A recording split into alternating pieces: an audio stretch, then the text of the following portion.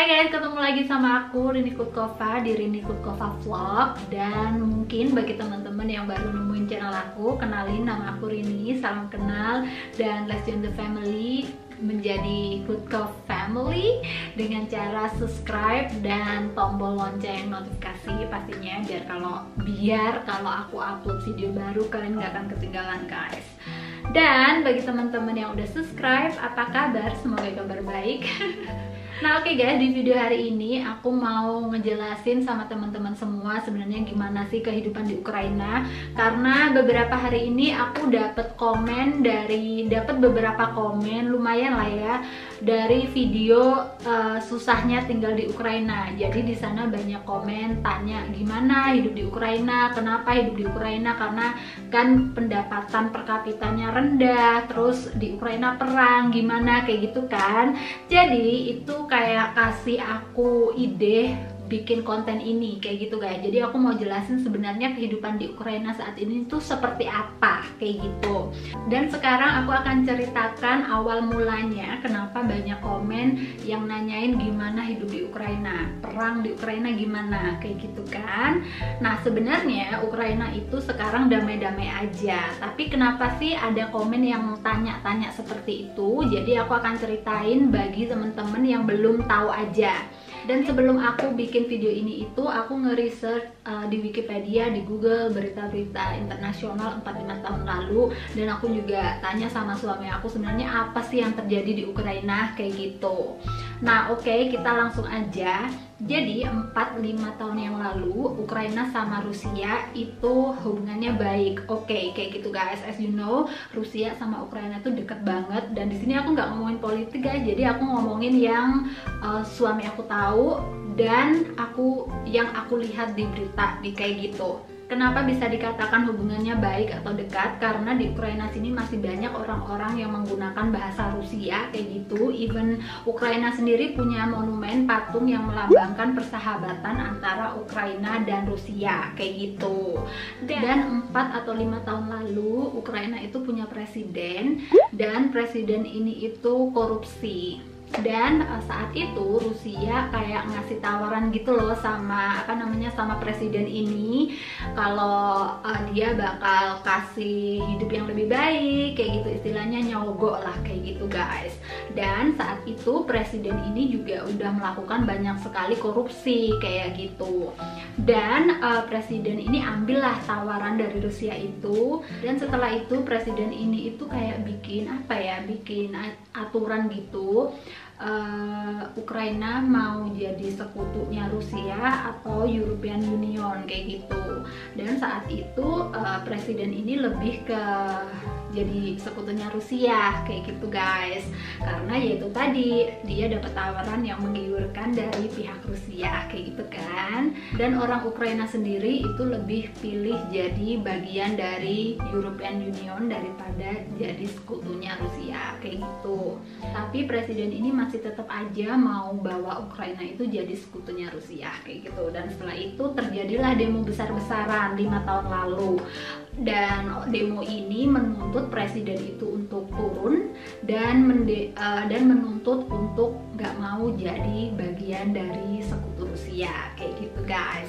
Dan akhirnya 5 tahun yang lalu presiden ini turun dan dia kabur ke Rusia. Dan rumahnya itu diketahui oleh penduduk Ukraina yang sangat mewah dan megah. Kalau kalian pernah lihat vlog aku di channel sebelumnya yang berkunjung ke rumah presiden korup itu, yaitulah rumahnya guys. Dan presiden ini akhirnya kabur, dan kaburnya itu ke Rusia kayak gitu.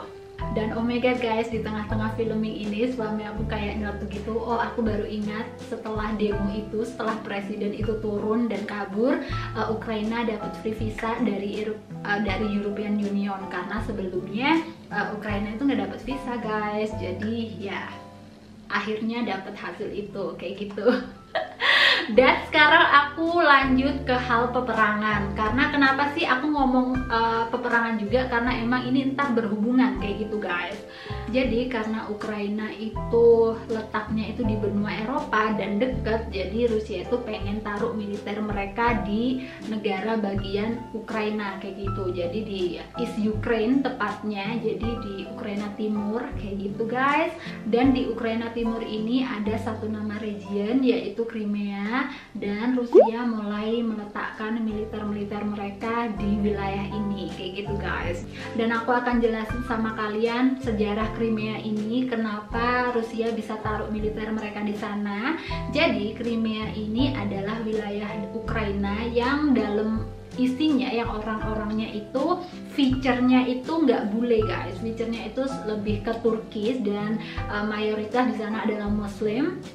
Jadi Ukraina itu punya Islam juga, tapi jauh banget di Crimea. Dan dulunya Crimea itu adalah milik Rusia guys. Dan saat itu, saat Crimea jadi kepemilikan Rusia, Rusia itu kayak usirin orang-orang ini, usirin orang-orang yang tinggal di Crimea ini guys. Jadi suruh pulang ke Turki lah, pokoknya nggak boleh tinggal di Crimea kayak gitu. Dan saat itu nggak tahu apa yang terjadi, si Rusia ini ngasih Crimea ini ke Ukraina.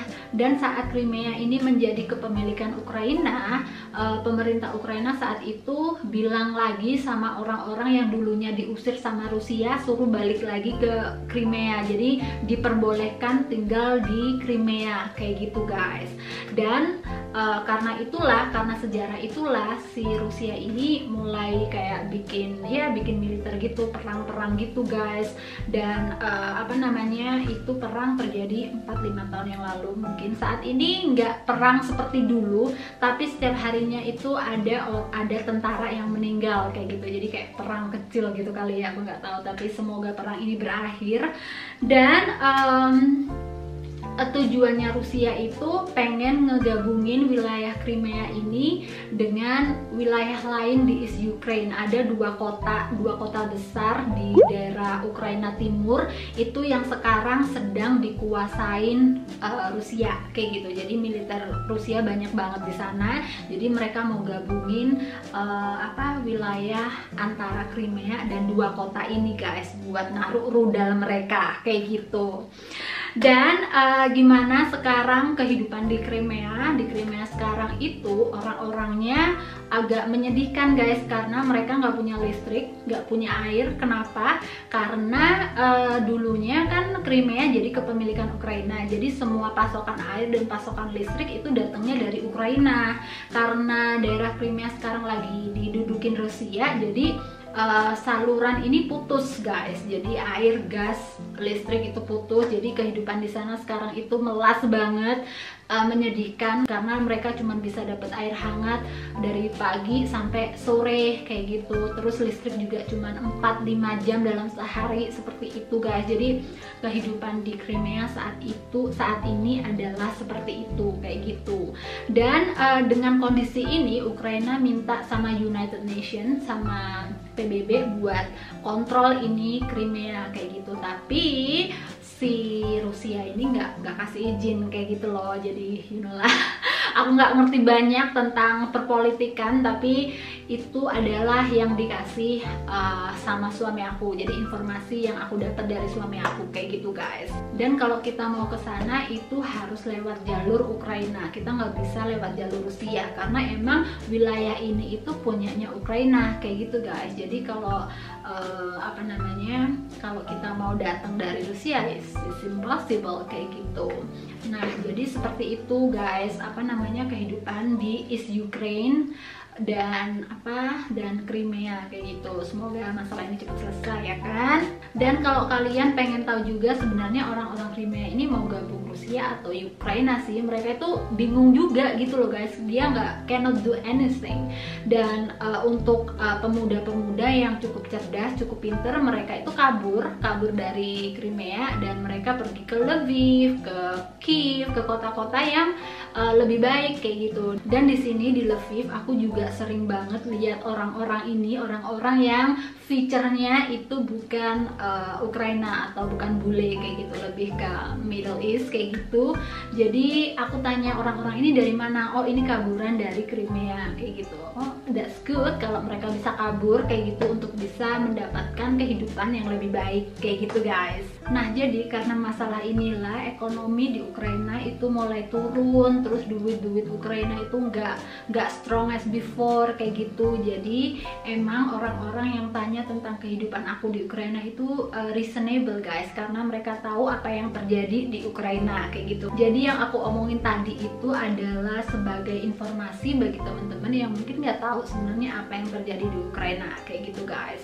Dan sekarang kehidupan di Ukraina untuk saat ini di sini baik-baik saja, karena emang yang lagi bermasalah itu tuh jauh banget dari sini di East Ukraine sana, dan kehidupan orang-orang di sini itu masih normal-normal aja guys. Walaupun mungkin orang yang ngerti di bidangnya bilang kalau ekonomi Ukraina turun 11% apalah itu, karena aku nggak tahu ya kan. Tapi setahu aku di sini orang masih shopping, masih belanja, masih hidup normal seperti itu guys. Karena aku bilang sama suami aku, berdampak nggak sih penurunan ekonomi ini buat orang-orang di Ukraina kayak gitu kan. Nah suami aku tuh bilang nggak berdampak sebenarnya, karena emang orang-orang di sini itu kalau tahu Ukraina kan duit lagi down, mereka itu lebih kayak kerja ke luar negeri kayak gitu guys. Jadi mereka lebih pilih merantau kayak gitu. Dan yang nggak pengen merantau, mereka jadi termotivasi untuk belajar IT. Dan honestly guys, IT di Ukraina itu sekarang berkembang banget. Jadi banyak sekali perusahaan-perusahaan dari USA, dari European Union yang mereka buka kantor di sini kayak gitu. Itu banyak banget, karena spesially kota aku ini adalah IT city. Jadi kebanyakan orang-orang sini itu kerjanya di IT kayak gitu guys. Dan untuk IT gaji lumayan, karena emang yang bayarin mereka itu perusahaan asing kayak gitu guys. Jadi ya kehidupan di Ukraina seperti itu sekarang. Dan itu aja sih. Jadi kehidupan di sini masih baik-baik saja. Terima kasih buat teman-teman yang udah kepo atau udah perhatian, nanyain gimana kehidupan di sini, kenapa di sini, terus perangnya gimana kayak gitu. Thank you so much. Aku appreciate that.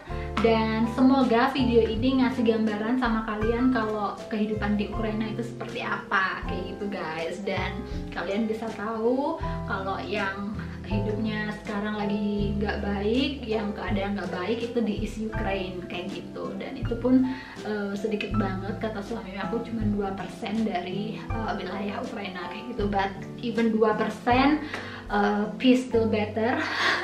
Jadi nggak ada perang-perangan, kehidupan orang kehidupan manusia itu masih lebih penting. Semoga masalah ini cepat selesai kayak gitu guys. Nah oke guys, video hari ini sampai di sini. Semoga kalian suka dan mendapatkan informasi.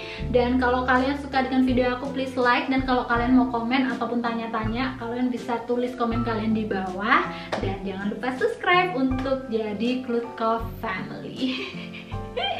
Nah oke guys, terima kasih udah nonton, dan I would love to see you again on my next vlog. Next one. Bye.